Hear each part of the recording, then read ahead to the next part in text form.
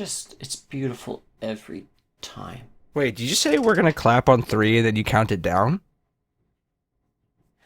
Welcome back to the Frying Pan Podcast. This Okay. podcast is known for us talking about different makes and molds of frying pans. Robert, do you have a favorite? Well, the cast iron skillet is a must-have in any cook's kitchen. I would have to say that it's the old reliable, but at the same time, if I were to break it out, I like to use those very mini stainless steel non-stick pans for like cooking like eggs in, like over easy eggs. They're perfect just to flip them in. Agreed, I agreed. I'm a big fan of those, and specifically. Now, keep in mind with the small pans, not stainless steel, obviously, copper pans have been working, or copper skillets have been working their way into my Repertoire. repertoire. Thank you. Are working their way in, and I have to say they are marginally better than nonstick pans for certain things. Very Other exciting. times, I'm worried that I'm gonna scratch it and get copper poisoning. So. Well, we can only hope at the end of the day. Yeah, you're hoping for me to get copper Well, poisoning? I mean, because, maybe you scratch the pan, then you're like, ooh, owie, owie, owie, I think I'm dying. And then you go to the hospital, and next thing you know, you're shooting, like, webs out of your veins, or, like, you got heat vision. Like, you won't know until you try. So, God, Honestly. I just looked up into like the symptoms of copper poisoning. It's basically just like you're dying. Yeah, Like you're probably. throwing up, you're vomiting blood, there's blood coming out the other end, you're passing, I said passing out, you got a fever, headaches. I guess technically because it's just a poison. Like it gets to a point where like copper is I guess poisonous to ingest to a certain degree. So that makes Agreed. sense. Um, this isn't actually a podcast about pans, we talk about current events, but I will say, cast iron pans are great, but cleaning cast iron pan is awful, and I hate it every time. You know, I have to hard agree with that. However, however, I would like to make the case that cooking in a cast iron, like the cleaning of a cast iron, is way more liberal than the cleaning of like other pans. Yeah, I mean, you're not supposed to use soap, and if you have The chainmail thing that you just yeah, toss in like there, I almost said wool, as if that's it. the steel But wool, or yeah. yeah, steel wool. Thank you. Yeah, if you have that, it's not bad. But like if you, because I like to make like burgers or steaks in the cast iron, especially burgers. Brutal to clean. It's so nasty. Yeah, I imagine like the brown, like what do you call that? The soot, Like the soot and the browning kind of just like the lodges down. grizzle, the greasy brown Yeah, gopher guts. the grizzle. Actually, okay, I would like to just kind of run back real quick on the chainmail thing. It's actually called chainmail. They Is actually call it a chainmail scrubber. Yeah, oh, okay. or an iron scrubber, but yeah. I like iron scrubber. It's got some authority to it. I feel like that could be a cool wrestling name. The iron scrubber. I Yeah. mean, yeah, I'm behind it 100%. Like I don't know, maybe it's just because like the iron insert anything kind of sounds cool, but Yeah, like the iron puncher, the iron thrower, yeah. the iron sitter. I mean, it's true. If you put iron in front of anything, it's gonna give it that extra oomph, especially for like a Yeah, nickname.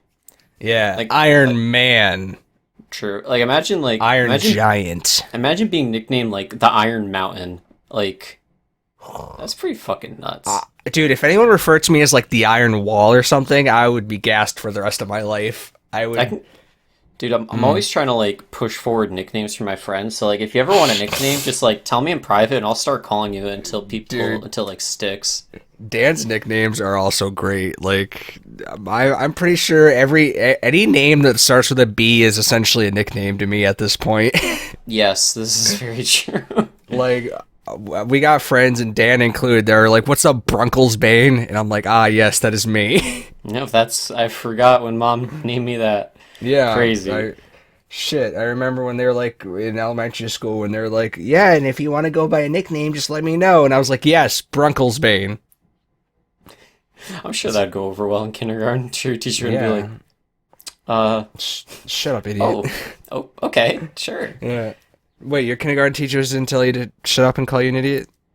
No, they just kicked her in my face at recess, and I was like, Miss Dennis, why are you kicking wood chips in my face? Don't you have stuff to do? And she says, shut it, dweeb. And she pushes me off the slide. Dude, shut it to me is the most, like, Dude, I love it. I love let it. me tell you, my elementary school, from when I was like kindergarten to fourth grade, our playscape was a literal death trap.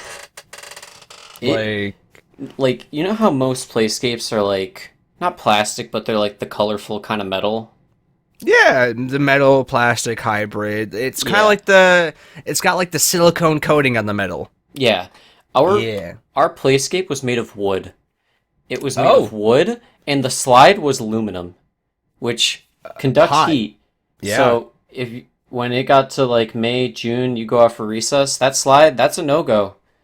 And then it was also like black rubber for like monkey bars and shit. It was Oh. it was honestly insane that thing didn't get torn down sooner. But I managed to get like 20 splinters over the course of like 3 years. So honestly, that ratio is not bad. You know, actually, it's funny you say that. Specifically, splinters is the reason why, as a kid, I was just like, nah, I'm good on wooden playscapes. Because there was a kid in the neighborhood that had an old one, and I distinctly remember, like, using the monkey bars bit, and I got halfway through, and I remember, I grabbed onto one, and I just felt, like, this sharp pain in my palms. And then, like, I swing down, let go, and, like, that pain only increased. And I look down, and they're just literally, like a plethora of splinters in each one of my hands. And I Yeah. had to, like, painstakingly be like, I had to walk home and be like, hey, Dad, I need help. And I'm, Yeah, like, he- I'm, like, 10, and he's my dad. So he's like, oh, just those? I get metal splinters all the time. I'm like, okay, Dad, like, I am 10. Yeah, and then he comes back with the tweezers, and the process is just Oh, not even the tweezers. My dad, he walked back with the tweezers, but that was just to get me to not freak out. Half the time, if I asked him to pull out a splinter, he'd whip out a specific stiletto knife that was hysterically sharp and very fine, and he would actually just take it out with that. Jesus Christ. Yeah, and you know what? I to this day I think it's more effective with tweezers. I think he just did it to like prove a point that I was just a baby. Or just it's kind of a flex, to be honest. It was because he was oddly proficient at it. However, I feel like there was just extra pain involved. I probably would agree. But But Dad, if you're listening, I have that knife actually. So he got him out, so you can't say he wasn't efficient. yeah. I remember when he gave because I at one point I was very big into like knife collecting and stuff. I still am. It's just it's not really an economic thing right now for me. Yeah. But I remember when he gave me that knife that he always used to use to take out like splinters and stuff like that. And I was like, huh, man, I kind of have some PTSD just from holding this. I actually just saw it the other day, funny enough. I mean, it's a little keepsake. Yeah, exactly. I can't wait to pry splinters out of my kids' hands with it. Exactly. And then you pass it down, you pass it down. Exactly. For only that use and that use alone. Exactly. I will say two more things before we jump into some topics. Number one, shout out my mom because she's starting getting into bread making. Ooh. She made me some pepperoni bread, and that is on the menu for tonight. All right, Miss Sear, you're telling me you're making this guy pepperoni bread when you know I'm so Italian I bleed tomato sauce? Like, what is that? This is inequality. I request pepperoni bread. I will pay you. You can have my firstborn child. That is my request. I'm sorry. She'll make it. Like if you, Dude, if I you got so passionate there. If you're just like, hey mom, or hey Dan's mom, you wanna, No, hey, Mom. hey mom, you wanna make me some pepperoni bread? My mom would be like, yeah, I already had it made. Dude, all right. So I'm glad I always make plans on the podcast because, oh, bro, I'm already salivating. I'm not even gonna lie. I'm such a fiend for fucking pepperoni bread. I feel that entirely. That's why I Anywho, was- sorry. Shout out your mom. She made that. Shout out my mom. But feeding off that, it's a lot of calories. So lately, I've become a running person, and Now tell us what that means for you. I'm I am wearing like soccer shorts when I go running, so it's like not Oh, not yeah. below the knees. Let the legs breathe. Okay. Debating on shaving my legs to become more aerodynamic. We'll have to see. But I've been running when I go running. I've been running like 5 miles, and at first I hated it, but I was just like, oh, it's something to stay in shape, and I'm prepping for our camping trip that's in a few weeks. Ooh, we Regarding can talk if about that later. we can, and I've been doing it. I've been enjoying it too much, and I don't know how to feel about it. I mean, honestly, I'm just disgusted by you as a person now. Well, that's reasonable, and I don't blame you. All right, jokes aside, though, I mean, I always like to joke about like runners in specific because they're kind of like a cult in a way. Yeah. Like, and to be fair, that's just a stereotype. Like, yeah, there are people like that, but a lot like you, a lot of people do it to stay in shape, and then they find out they enjoy it. I don't think there's anything wrong with that, dude. I feel No, like you should just own that shit, because like, here's the thing: in a zombie apocalypse, you're the fucker that's got all the cardio down. You're lasting longer than I am. I mean, yeah, that's fair. And it's like, it's just weird because like I've always hated cardio. Like I've never enjoyed cardio up until lately, Oh, and I guess that is different. Yeah. yeah, I just don't know what the sudden changes. And I'm like, am I getting old? Am I gonna be one of those dude that wears like the short shorts and like the neon blue shirt? And Well, I will say there's some people that I pass by running, and their form is very, I guess, unique. yo, don't even front like learning like unless you specifically were told how to run as a kid. Like I'm telling you, people run wrong, myself included. I like our friend Jake, who is was a what do you call it? Track and field? Is that it? Yeah, When you're cross a country. runner, cross country runner, and like he had a gym class with me senior year, and he's like, "Why do you run like that?" I'm like, "Run like what? I'm just running." He's like, "You're not really doing it right." And to this day, I really don't know what he meant, and I've been like, "How do I run correct?" Yeah, I don't think there's like a right and a wrong way to run, but some definitely look goofier than others, and it's fine because like you're still being active. There's nothing wrong with it. It's I'm just like sure I there is see. kind of a right and wrong to a degree, right? Because like Well, form probably matters. I mean, if you're like locking your knees with each step, like yeah, that's not good. I actually don't bend my knees at all. I just move them Yeah, to the side very hard. My hips are on fire. yeah, and you just have like your arms like glued to your side. Like I used to. Oh, that'd be a sight. I know. Could you imagine? It's like an oversized stick bug just like running on the sidewalk. That would be terrifying if someone ran at you like that, though.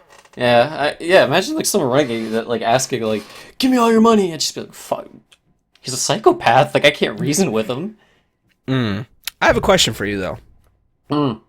So, do you think your newfound love for running or enjoyment from running is just because, you know, the gyms are still closed and, like, you've been going to the gym pretty consistently since you've been out of high school? So, do you think it's more like you're making yourself find enjoyment from it because, like, you're finally getting exercise back into your routine again since the gyms have been closed? Like I know you go and do lifting at your parents' house, but I'm sure it's nowhere near as satisfying as the gym. No, it's very like bougie, and I can only go like I have to do like low weight, high reps, which is Yeah. nothing wrong with that, but I just don't feel any gain from it. Yeah, it's not the workout that you're used to, you know? Yeah, like I feel fine doing it. Like I'm grateful that I still can. But Yeah, of course. yeah, I guess it's nice. And like the days have been being a lot nicer lately, and after like being cooped up in my apartment for like the past 3 months, I guess it just feels nice to, I guess, be free. You know what I mean? Yeah, I mean, I'm sure running with the sun on your face, the breeze on your back is just a nice experience, especially, you know, like, because, like, you're running to stay in shape. You're not running to get in shape, you know what I mean? So I'm sure you already have, like, a higher stake to be someone that finds enjoyment in it than, say, like, if I were to, you know, try and do 5 miles. Yeah, I mean, it's definitely like you have to work your way up to it. It's not Oh, like you just dude, run I out, did. bust out like 5 miles in 30 minutes. Dude, it's embarrassing. I did like probably like 2 miles today and it took me like 25, 30 minutes. And I was like, dude, I need to, I So need to it's go not, back to the gym. see, that's not even that bad though. 15 minutes a mile is kind of bad considering I could probably power walk like a 13-minute mile. Yeah, but it's definitely like your first mile was probably quicker, and then as you were getting to the second mile, you kind of like hit a wall. I don't True. think they were both 15-minute miles. You know what I mean? That's definitely fair. And I'm like, the route I took was very like hilly, so like there's times where I was going downhill and I was like, ah, yay, I don't feel like I'm gonna die. Yeah, Until like then I start walking on like my toes and I'm like, maybe I will? yeah. I feel that because I have like the route I've been going. There's a lot of hills and like just ups and downs. Yeah. So I don't know because it was like my first mile was like 6 minutes, my second one was like 7, and then I think like my fifth was like 12 minutes because I was fucking struggling. Hell, dude, honestly, so running's no joke. I hope, well, because like we talked about, Dan and I are attempting our camping trip again this year. I don't know if we talked about it last year on the podcast. I think we did. Yeah, we did. We are going back to the White Mountains. We're challenging it again, and I feel like we're all more physically able than last time. Yeah, everybody's actually prepping this year besides like just me and Yeah. insane. You know, I definitely wish I wish the gyms were still open because we started prepping like really like 2 months ago. Dude, we were absolutely okay. Before the gyms closed, we were on top of our game. We were hitting the Stairmaster every day because we were committed. Yeah, like we really were. So now that it's 3 weeks away, I really have to kick my ass into gear just so I'm not freaking wheezing at fucking mile 5. Yeah, but you also gotta realize that you're like 20 plus pounds lighter than you were last year. So That is fair, and I appreciate you saying that. Thank you. of course, But you're great. Alex, our friend Alex, also made a great point, though. He was like, right, we're hiking, so it doesn't have to be the pace that we're running at. So that when he said that, I was like, oh, that's a really good point. So like, it's more that I have to make sure my endurance is there rather than my speed is there. Yeah, and also how heavy your backpack is. Oh my God, let me tell you, buddy, I am only packing the essentials. I'm packing like an extra pair of socks, some undergarments, and a t-shirt. That is it. For as far as clothes go, I'm like stacking my shit with Cliff Bars, and that is it. I respect that. Well, and a sleeping bag might help, but Well, you know what? You don't need to sleep if you're constantly moving, Dan. I'm going to be hiking at night. okay. Well, you say hi to the mountain lions, and I God. will not. Actually, you know what? But the reason why I'm going to pack so light is just because I'm going to be strapped up to the hilt with weapons. So if we ever come in contact with another mountain cat, I don't want to just die. Yeah, dude, I thought about that. I was like, what if I just like fuck around and brought a hatchet? And then I'm thinking like, well, then I gotta carry that's it. that's probably a good thing just to casually have for our trip, to be quite fair with you. Yeah, maybe I'll fuck around and bring one. Who knows? I mean, you know me, I'll definitely have any knives for anyone that needs it. Well, I think everyone will have the essential. We're not veterans, but we're seasoned. We understand what we got to bring. So, would you say like rate your optimism for this trip? Oh, 10 out of 10. As long Yeah? as we can go on it. It's like I obviously with like COVID and everything, and like the only main concern I have is that none of our friends have it, and they're like, oh, what's the word where like you're kind of immune to it? Oh, asymptomatic. Asymptomatic, yeah. Because I know I am not, so. Mm-hmm. And I haven't really interacted with anybody, but it would be very nice to see everybody. Yeah, we would be chancing it. However, most people have still been relatively isolated in our group to where I kind of feel okay doing it. Yeah, Like the only thing I would be worried about is just the car ride. yeah, to be fair, everyone has been pretty isolated.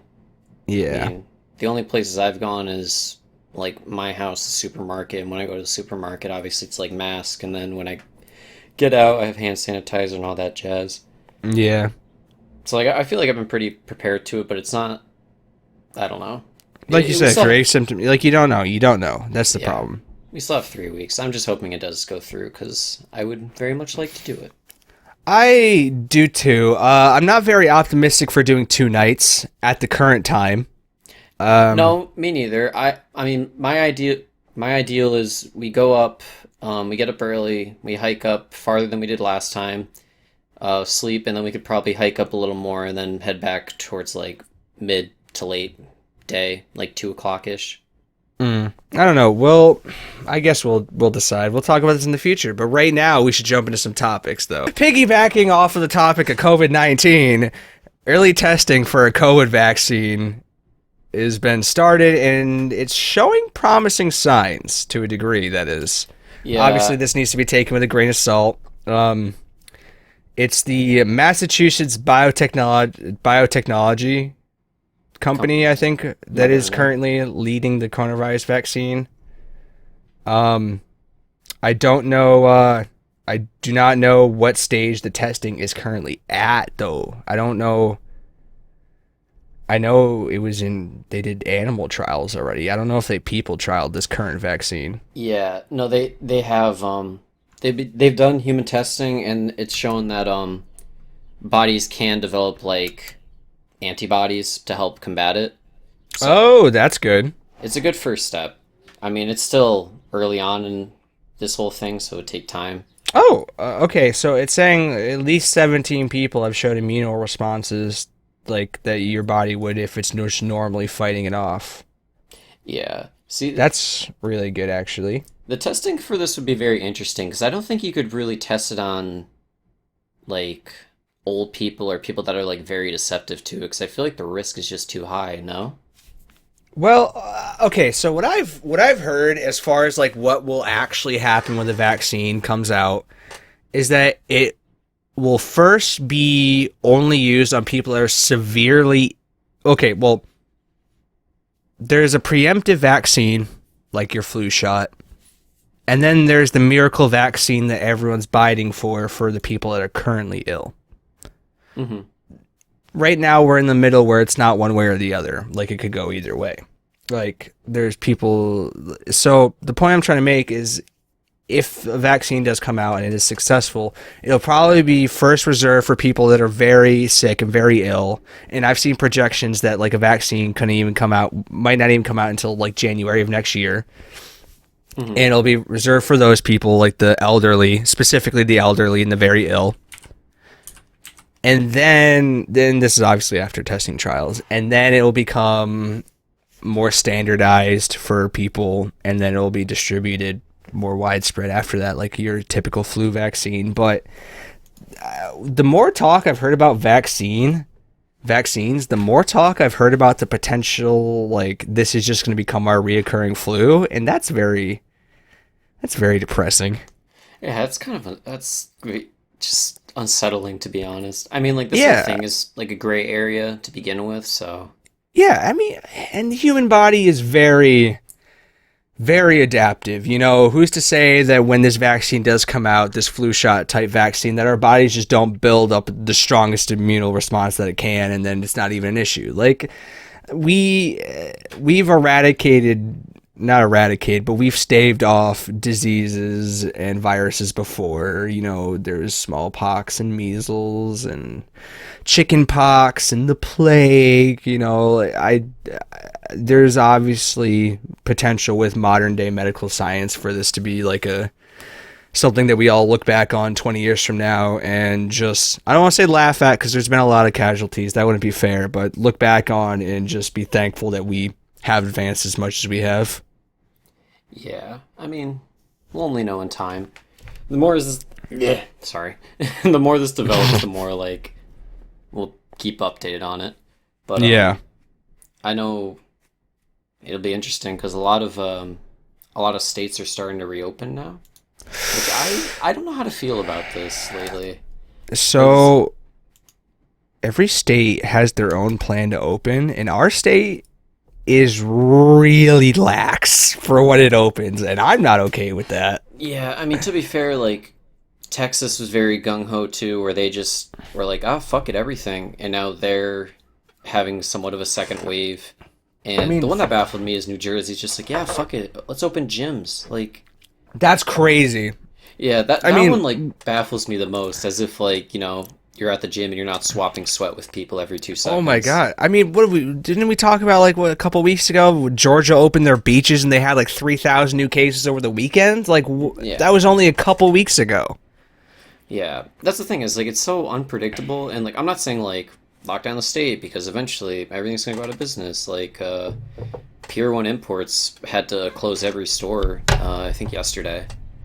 Well, like I acknowledge that it's like an economic thing. It does get to a point where it is like do you risk it? Do you risk health for economics? Like, and that's a matter of priorities because. I'd like to say you prioritize health like a good human being, but like at the Yeah, same right. time, if we get to a point, we could get to a point where we're just absolutely screwed economically, and that's just not something you want to fight back from, or at least something that you don't hope to have to fight through. Yeah, I mean, to be fair, it's probably going to take a few years to fix our economy from what it is now, to like get it to back where we were, which ideally wasn't in a good spot to begin with. But Who knows? it's I don't know. It's just so interesting to me because like I feel like there is no right or wrong answer, but a lot of it is pretty common sense. Like I I don't think know. it's too early, personally.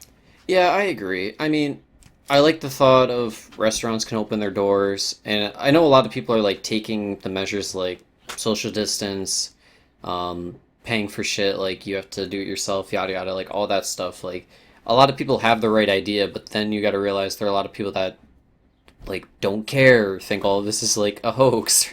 Exactly. I mean, the problem is with like businesses open up, like it increases the spread of the pandemic because when things like money are being exchanged, more face-to-face interactions are being had. Like really, it's just going to increase the spread. Like there's not a doubt in my mind that cases won't spike with the opening up of the states. Yeah, Not a no, doubt. well, we will 100% have like a second wave. I feel like there's no denying that. It's just a matter of days until the news says it. Exactly. And honestly, I'm kind of been bothered by the news's coverage lately of COVID-19. Yeah, I agree with Like, that. uh, like, did you see recently how dominant the news was just because Nancy Pelosi called Trump overweight or obese or whatever? Like, Yeah. the fact that that trumped, like, I think it was like 900 more deaths or something overnight, like in the news, was just crazy. Like, I get like sensationalism, people don't want to talk about deaths anymore, but like, at the same time, there's a God. It bothered me seeing that being such Ex- a big like, deal. there's literally no benefit to covering that. Like, how are you gonna have a story on someone calling someone overweight? Like, Yeah, I don't get it. it But just. I digress. I digress. it's frustrating. I mean, the whole thing's frustrating, but I will That say is fair. one thing that I like to see is that some sports are coming back. Cause I know in the Bundesliga, which is like German soccer, they had their first game. They had no fans. All the subs were sitting like 6 feet apart with masks. It was very surreal to watch. Mm-hmm. Like it was a good game, but I feel it's so interesting to like watch sports without fans there, especially for a sport like soccer, where like I don't know, Mm. you have like the chants, and then like if someone scores a goal, like it goes crazy.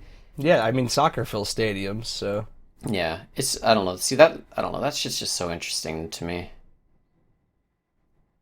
I don't know what to make of it. Everything's so weird, so scary. I don't know what to do, Bobby. didn't South Korea do something interesting actually Oh, this is like the improvised people in the stands and stuff for their players? this is my favorite thing that I've read, or one of my favorite things I've read recently was like South Korea soccer's back too, and they tried to fill their fans with air quote mannequins, but they were just sex dolls. Well, they were the way they described it was they were mannequins manufactured from like a sex doll company, which you could put two and two together. It's not that hard. Yeah, no, But not at all. yeah, yeah, they had to put out an apology for it, and I was just, if you look at pictures of it, it looks just very unsettling to begin It's with. it is very off-putting. However, I understand. It really like I understand. You do weird shit in times like this. Why not? You kind of gotta do what you gotta do, but I don't know. You can. The article's down below. It has pictures of it. It's just like Could you mannequins holding up imagine? signs. Yeah, could you imagine setting those all up though? That's even weirder to think about now that you mention it. Oh my god. Yeah, imagine being the person that has to set these up. It's crazy. It is crazy. But they didn't have to worry about catching COVID, so that's fine. You're right. They don't have to worry about catching COVID. Yeah, but I mean, even because there was a UFC event that didn't have any fans, it just had like the broadcasters. I don't know how to feel about it. I feel Is that guy's fight? Is Dana White's Fight Island taking off? they had, I don't know if it was the Fight Island, but I know they had their first like card, and one of the fights had to be canceled because I guess one of the fighters had COVID, or like someone in their camp had it, which is very Oh, interesting. But yeah, because UFC's different because like you're just watching people like beat the shit out of each other, and like the crowd, whoa, whoa, there's more to it. whoa! I'm sorry, I was dumbing it down. I love the okay. Well, to be fair, like the crowd's only relevant like when you're actually there. I feel like for soccer, the crowd's relevant most of the time. Yeah, well, like with UFC, it's like all the light is only on the octagon. You don't even see people in the stands. Like you just hear the noise, which is always a plus. But I feel sports are definitely not the same without fans. Would But you say what if every team got marginally better from not playing in front of fans? Like they just treated it like that they were in their like up against their practice team or something just because like they couldn't they didn't feel like it. Cuz like isn't there that thing where people tend to play better when they're doing like in-houses or like when they're in their comfort setting? You know what I mean?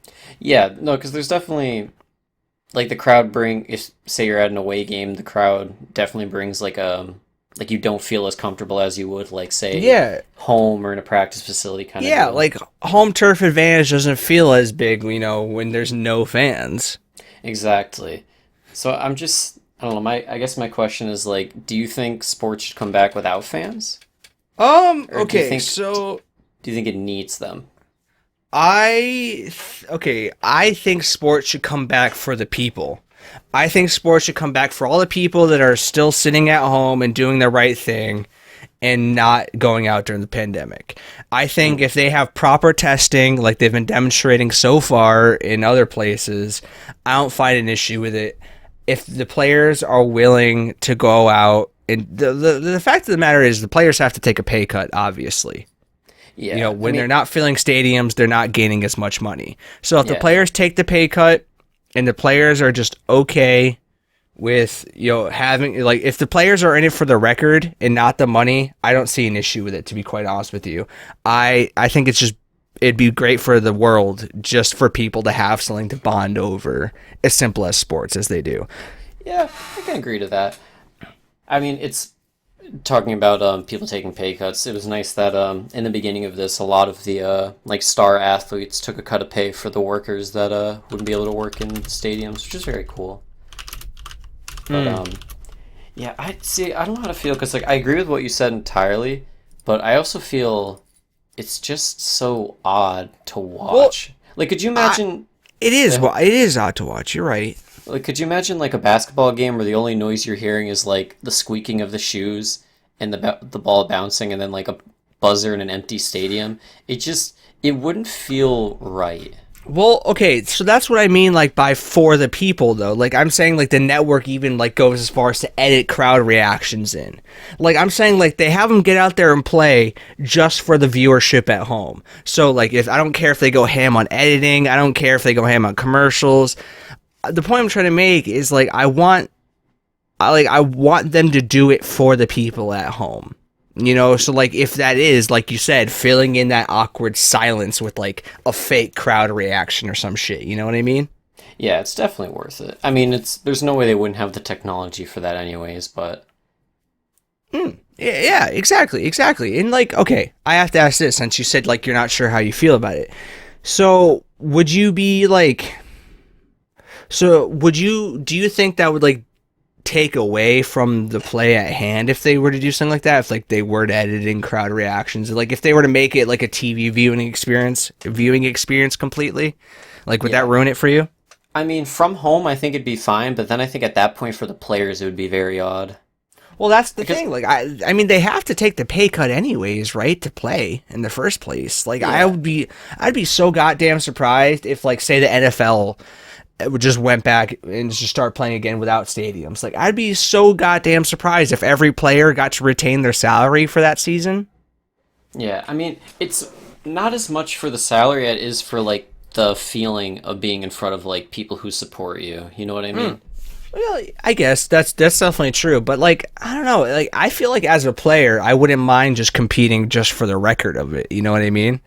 Yeah, Without the fans, because I would find it interesting as a professional athlete to try and play a full season without any fan interaction, like in the actual game. yeah, I could definitely like. It's mostly just from like personal experience of like playing sports throughout the years. Obviously, not on the level of the NBA, or else I really wouldn't be here. But True. Well, who knows? You could be. You could be very humble. yeah, you know me, 5'10", white, really, really looking good for the NBA. Hey, But if I had to come up, I would still do the podcast because why the fuck not? that's facts.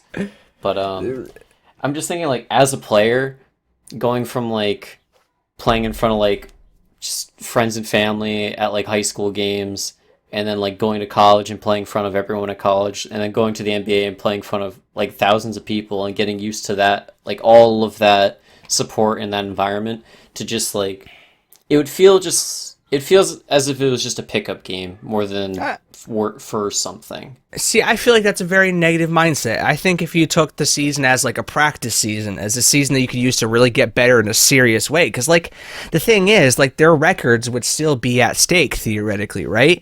So like they get to treat it in a different way. You know what I mean? Like maybe that could be a very beneficial thing for certain sports. You know what I mean? I don't know. I would like to see the results. I think if I wouldn't mind just so I can see how the games are. You know, like even if they like start the season and they call it off halfway, like I think it'd be interesting just to see what teams could play, what players could come up and make it out. Like I don't think there's a point to bringing back like baseball. I There's never a don't think point. that's needed. Yeah, there's like, never. I don't know. Then again, baseball might be like the best thing for like casual TV watching because it's just a long game of fucking nothing. That's yeah. Baseball really is nothing. And could you imagine fucking someone hits a home run and you just hear crickets? Like it would just add on to how boring it is. That'd be fucking hilarious. Actually, now I want to see that because like it'd be a home run and there would be no fan reaction. Yeah. They would probably play a sound through like they probably play an auditory sound throughout the. Actually, for baseball, I feel like crowds matter a decent bit. No, Well, I 'Cause think as an think, outfielder, would you not like would you not kind of half get where the like I would I feel like the fans could play on a technical level for baseball for some reason. in interference, yes, Not but in not terms of like being helpful, not really. I mean like I don't know. I don't know how a quiet baseball field is heard. I'm trying to think of like the auditory thing that like outfielders have to like hear it, like when the ball is even hit. You know what I mean? I don't know. I've never actually been on a professional baseball field in the outfield, so I've never like I'm having trouble gauging the distance in my head. Well, to be fair, Robert, it is preferable to look at the ball than just listen to it when you're in the outfield from personal experience. Well, I'm not saying listen to the ball, but I'm saying like I No. could imagine in baseball like without the fans like keeping you kind of awake in the outfield. Like I could see the outfield getting a little sluggish. No, I think that is just us viewing baseball as boring as shit. I don't think the outfielders are Could be. actually falling asleep. You know, actually, speaking of boring as shit, you know what I figured out? The World Championship Poker Tournament is like over 10 days. You know that footage from that tournament is compiled down into less than 3 hours of actual footage of playing. That's how boring poker is as like a game. Yeah, it's not a spectator sport. 10 full days of like I think it's I don't know how many hours a day. I think it's definitely 8 plus. Compiled down to 3 hours. That's how many interesting moments there are. That's Yep. crazy to me. I want them to do that to baseball because I want to compare it. I mean, they're on the same level of spectator enjoyment, to be fair. I don't know, because, like, poker, I wouldn't get much enjoyment from just watching poker, to be quite fair. But, like, at least baseball, every time someone swings the bat, there's a potential for the grand slam. Or not the grand slam, but the home run. Yeah. Like, in poker, every time it's just random to a degree. Yeah. I mean, that's all baseball is you live for, like, the small highs. I guess that's fair. Baseball really is a game of attrition when it comes to viewership. Yeah, I mean, We always work our way back to hating baseball, by the well, way. I mean, it's the same with every sports. Like you can enjoy it. Like if you're enjoying it from like our point of view of just like a broad spectrum, it's gonna be boring. But like if you ever are interested in like the technicalities of baseball, baseball becomes like a very interesting sport. I guess that's fair because, like, when you get down to like, if you know the player stats, and you're like, oh, the pitcher's not really, throwing their fastest that they've usually. I guess, like, if you're invested into it, it definitely can be interesting. Yeah, it's the same with like any sports. Like I I don't think know. like I think basketball is kind of always interesting to watch, even if like you like. Okay, here's the thing: if you don't have a predisposition to hating sports and watching it, I feel like basketball, no matter what, is interesting because it's a lot of action. Like with football, there's a lot of stop and go, but like at least with basketball, it feels like it's more immediate. Yeah, Same I with mean, hockey for that instant. yeah, I was gonna say like basketball, hockey, and football are very like yeah, football's stop and go, but it's still like dudes hitting each other. That's gonna be interesting no matter what. That's true. That's But true. like I mean, I would say soccer can be more interesting to watch on TV than football. yeah, I think soccer falls in kind of the group of baseball where it's more enjoyable if you are into like the technicalities of it, of like why people are setting up here, why they're doing these like rotations and whatever and whatever. I always wished I could be a like soccer fans are so. I just want to be part of an ole ole ole chant. I really Yeah. do, and I want to mean it. I want to be part of it and mean it. Yeah, that's one of my dreams is to go to like a Chelsea or like a Real Madrid game. Like one of like the very high level soccer stadiums where the fans well actually maybe not Oh, Chelsea. dude, Maybe not soccer fans are Chelsea. so passionate too. Oh my god. Yeah, I mean the only problem with like Chelsea fans is like sometimes a lot of them are just racist, so Mm, I don't align with that too well.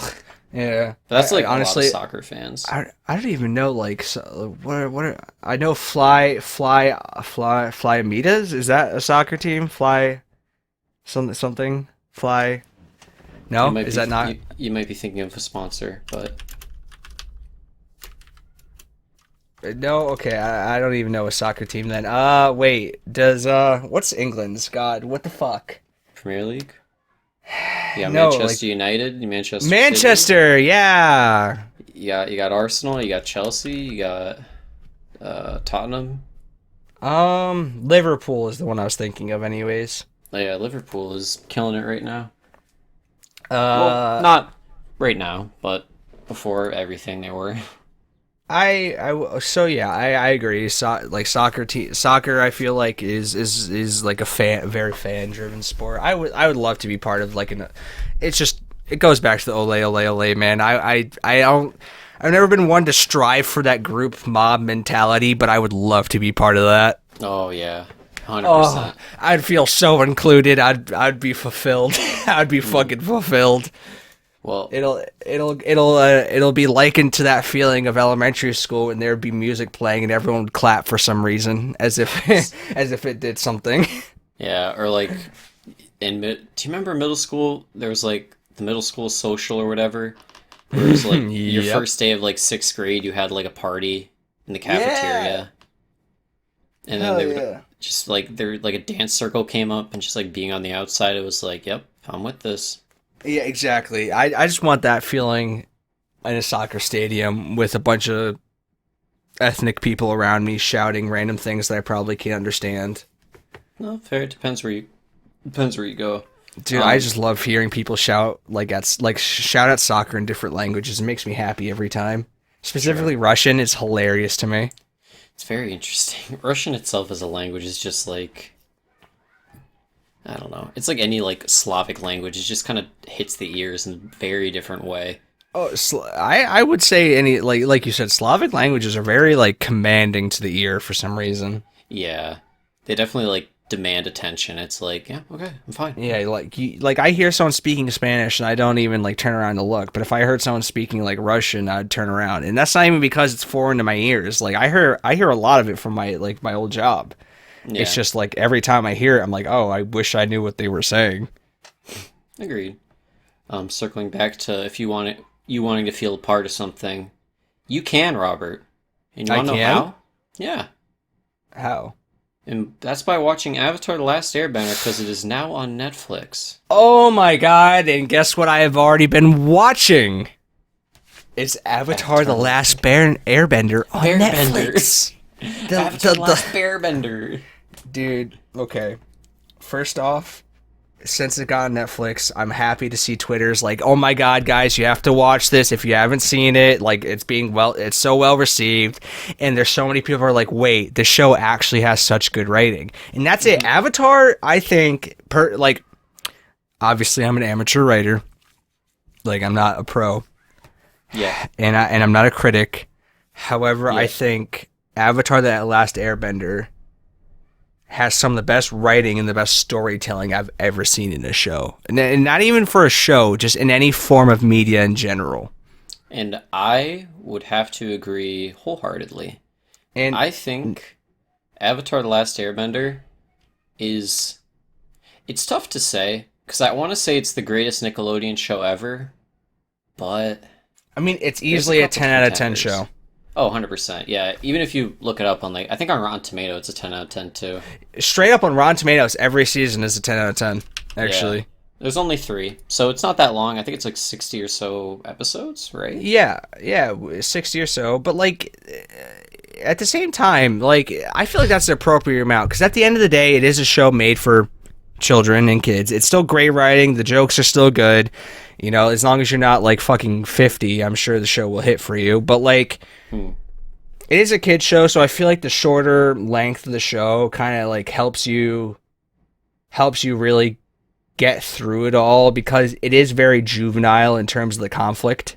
I will say, like, it's great how they handle conflict and everything, but it still doesn't have a lot of, like, the more realistic themes that we've become accustomed to in our TV viewing. It's not like the themes that you'd see in Game of Thrones. It's not the themes you'd see in, like, Breaking Bad or Riverdale. It's not very there's not shock value, I guess, to a degree. You know, it's a kid show. It's a kid show. To be fair, if you're watching Riverdale, you don't really give a fuck about what you're watching, so I don't know Yeah. if we're including that one on the list. But Avatar: The Last Airbender is fucking phenomenal, and It is. I am not recommending, but I am demanding that if you're listening, you need to go watch it. For the love of God. So it's actually funny because I have one of my friends who's never seen the show, just now watching it because it's on Netflix, and he's watching it the first time, and he doesn't like anime or anything like that, but he's watching it and he's like, dude, this show's actually so good. But now it's turned into him saying, dude, why are they low-key making all these female characters like oddly attractive? And I had to explain to him, like, dude, like it's a kid's show, so like I don't really know how they built in attractiveness to it, like a drawn character. However, there's a reason why a lot of guys in our generation joke of like, oh, this is why my tastes are like this, and then they show a picture of a cartoon character. Yeah, that's Like, fair. I mean, like... insert every goth cartoon character. Like, that's why I like that type of girl. It's just how it is, man. Yeah, I was gonna say, I could list off like a handful of like cartoon characters that I've seen growing up that I'm like, yep, that's my taste in women now. And Yeah, exactly. change It like, if you're, I don't know if girls do this with male characters in cartoons, so I can't really say that. But if you're a guy and you've grown up in the cartoon era that me and Dan grew up in, think about it. Think about your tastes in the opposite sex, or not even the opposite. Okay, I guess this could be more open question. Think about your tastes in general, and then compare it to cartoon characters that you liked as a kid. I guarantee you'll at least find a couple that you're like, huh, now I know where that comes from. Yeah, I could 100% agree on that. It's definitely universal. There's no way it's just females. I mean, like... Yeah, it is universal. I'm sure it is. But I will say, one thing that this did spark was there's a spin-off follow-up series from Avatar called The Legend of Korra. Which I've yet to watch. I watched it as a kid, and I didn't think it was that bad, but a lot of people are saying it was dog shit. And I don't know if they're saying it was just terrible because it was terrible, or if they're saying it's terrible in comparison to Avatar. But so that's what I've heard. It's just like it's in the same universe as Avatar: The Last Airbender. It's not necessarily a continuation of the story. It's more a continuation of the world that it's in. yeah. And like the problem is that it's just not as tight as Avatar was. And because it's more of a modern show than Avatar was, they explore a lot of things that kind of come off weird, I guess. Yeah. Like Legends of Korra was one of the first cartoons to have a very strong female lead. And the problem is like to create conflict in the show, they felt like they needed to capitalize at some points on her like the fact that she's a girl that the conflict pops up from sometimes. Yeah. And that felt really weird to a lot of people. Like not male viewers or female viewers. It just felt like they were like kind of disrespecting. Yeah, like they were kind of disrespecting like the fact that Avatar: The Last Airbender had so many powerful female characters and they didn't even like that. They didn't even bring the fact that they are girls to a point. You know what I mean? Like they had Toph, they've had Katara, they've had the Kyoshi warriors, and they were all strong characters. It's just but they never made it about them being women. Yeah, to be fair, in Korra, it happens. If you exclude Aang, like the female characters were stronger than the male characters. Oh like my god, yeah. Combine them all together. I mean, like Fire Lord, he's pretty good. I mean, to be fair, most of the male characters in the show were just idiots. A lot of the brains and the reason came from the female characters. Yeah, that's true. Yeah, because now that you mention that, like thinking back on it, yeah, that does make a lot of sense. Because, yeah. Now I'm starting to notice it more as I'm like thinking back on it. But I will. Yeah. Despite Legend of Korra, don't let it distract you from the fact that there could have been a 4th season of Avatar, but they decided they wanted to make a live-action movie instead. And yeah, I think that makes me sad. No decision has made me more upset. That's a definite fact, like a definite fact. Yeah, I don't know. I wouldn't disregard I wouldn't disregard Avatar: The Last Airbender just because it's an old cartoon. I think if you're stuck in quarantine and you're watching stuff probably as it comes out anyways, I recommend giving it a shot. You might find out you like it. You know, it's there's something in it for everyone, to be honest with you. Yeah, I mean, it's the same of like, I don't know. I never understood the idea of like well-regarded shows, like even if they're old, people saying like, oh, I don't want to watch it just because it's old. I'm kind of like that with animation, to be quite honest with you. Like, I've heard there's a lot of really good old anime, and it's just like, I personally don't find it appealing to the eyes. But like, see, if this isn't that old though. Yeah, if that's your reasoning, that makes sense. Like, I don't agree with it, but like, I understand where you're coming from, because there's a lot of old anime that I like cherish to this day. Mm-hmm. And even just like a lot of old shows and movies that I cherish to this day. I mean, like, I will say, yeah, old movies, like, not enjoying them because they don't look as nice as new movies makes sense. But a lot of old movies have like incredible storytelling and shit like that, just like Avatar. Oh, I'm not denying that. It's just like I've built up, like, I've been very fortunate to be kind of born to this time where like it's innovation on innovation on innovation when it comes to cinema and film and TV. Like, it only got better every year since I've been born, you know? Yeah. Like, it hasn't plateaued in any way. So like now that, like, whenever I do go back to older stuff, like, I can't help but acknowledge the fact that if it was done in modern times, it'd be so much better, or I would like it so much more.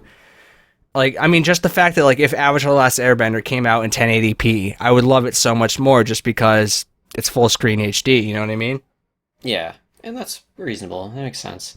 I mean, it's not like I wish I didn't disregard shows because of how it was. It's just, like, I find it hard to be more open to the story if I'm constantly thinking, like, God, like, really? Like, their eyes don't even move when they talk. Like, shit's crazy. Yeah. See, like, I don't know, me personally with stuff like that, like, I view it as more of, like, it's vintage kind of thing. Like, I don't have that mentality. That's correct. Fair. That makes sense. I get that. I feel like that actually kind of named it perfectly. Like, you just see it differently than I do. Yeah, exactly. It's all to perspective, and if you enjoy what you like, you enjoy what you like. And if you don't like Avatar, well, you're probably wrong, to be quite honest with you.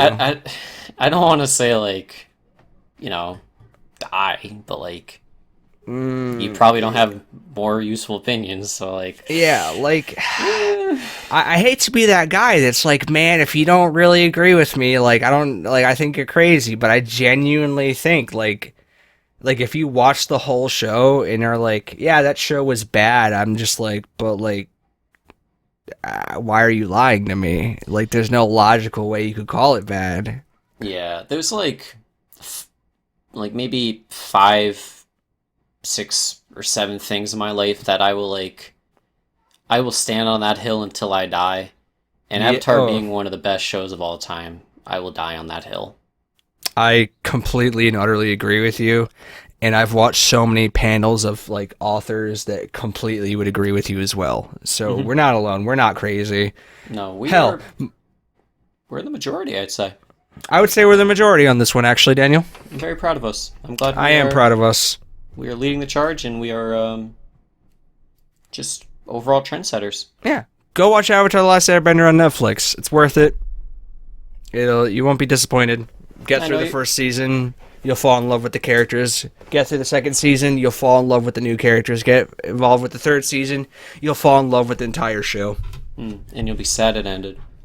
Oh, I was sad as a kid. You know, I don't know if we talked about this when we talked about Avatar coming to Netflix on the show a while back, but like it was the first show I remember as a kid actively like going to my parents and saying like, "Hey, could you please make sure you record this? I don't want to miss it." Like I felt that invested as a kid as a show, or fuck, that invested in the show as a kid. Cause like I don't know about you, but every show was episodic as a kid. Like I saw the show as it came on TV. Yeah, Like same. if I was lucky, I was lucky. But like with this show, I was like, no, this is my show.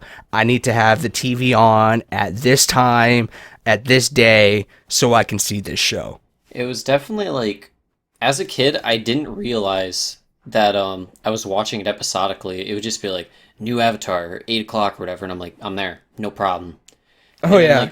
like I remembered like when this show ended, it started just showing like old episodes, and I'm like, well, these aren't new.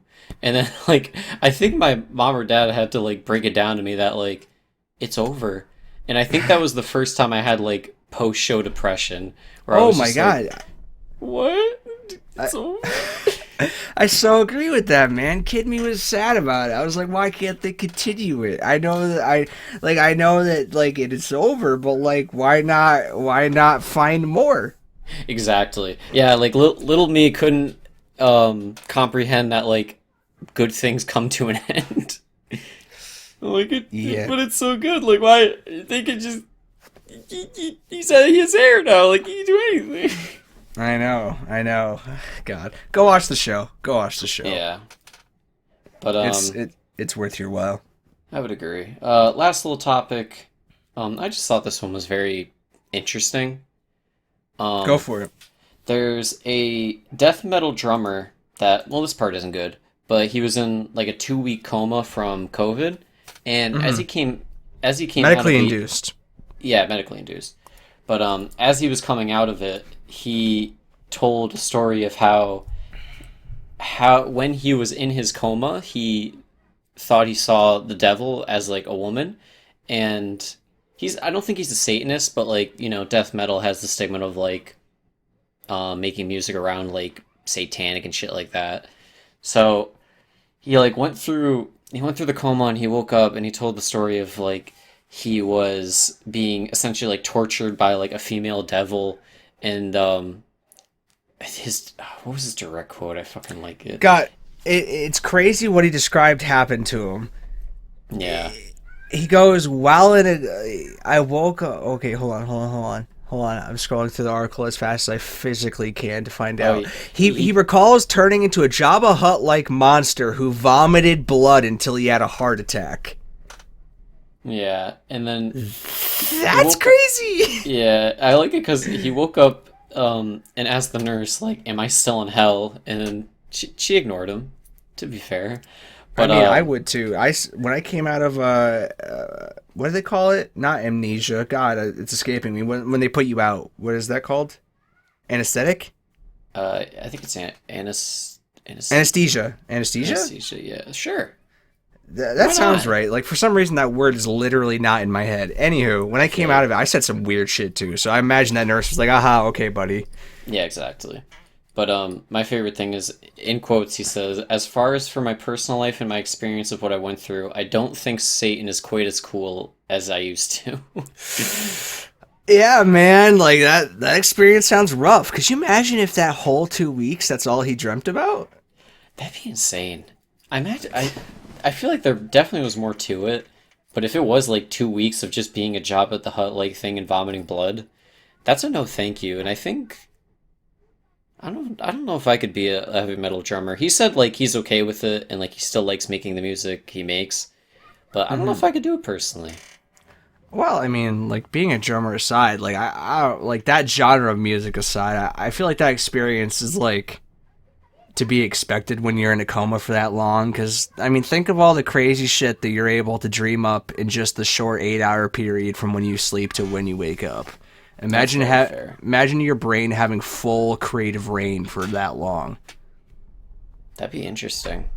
I don't think I want to be in a 2 week coma, but it would definitely be interesting. You know, this is gonna sound so goddamn crazy. I always wished I like at some point that I do have like either medically induced or I have one to the just because like the way people describe coming out of them and like their experiences in them is so vastly different and interesting. It just feels like one of those things where I want to experience it myself. However, getting to that point would be something that obviously would be detrimental to my health. So like I obviously don't want that part. Yeah, I don't think you're going out of your way to get into a coma, but like if it happened, be an interesting experience kind of deal. Well, it's more like it's one of those experiences where like I have read about and I'm constantly curious about. So at least I would have that like, oh well, in my experience, when I'm thinking about it. Yeah. No, I got you. Yeah, it's definitely interesting. So, shout out to Will Carroll. That's the drummer's Yeah, name. He's got a great and beard. I'm glad he recovered as well. Yeah. But that's basically all I got for All right. today. Somehow we're at over an hour. I don't know how we got here, but Has it been? I don't even know where my Audacity went. yeah, no, honestly, like sometimes I'll just like look over at Audacity and it'll be like, "Hey, you're creeping like almost hour 10 minutes," and I'm like, "Okay, sure." Wowzers. Alrighty, folks, that has been the Frying Pan Podcast, episode 81. Thank you for tuning in, as always. We're on social media. The handle for both of those is the Frying Pan Pod on our Twitter and Instagram, and we have our email, which is inthepanpodcast at gmail.com. You can send us over any business inquiries or constructive criticisms over to that. And speaking of constructive criticisms, you're listening to us now on any audio platform. So if you could leave us a comment, a like, a star rating, we'd much appreciate it. We do this to get better, and the best way to get better is through constructive criticism. And we can only get that from you guys. So for the last time, folks, this has been Robert D'Onofrio, and this has been the Frying Pan Podcast, throwing it back over to Dan to close us out on this episode. Here over in this corner, also Robert D'Onofrio. Just wanted to say, hey, have a great day. I hope you're doing okay. Hope you're That's doing it. okay, folks. Get out of here. Go do something. Jesus. All right, I'm sorry. No, not you. I'm talking to the people who are listening. All right. Oh yeah, get out. Go do something. Jesus Christ.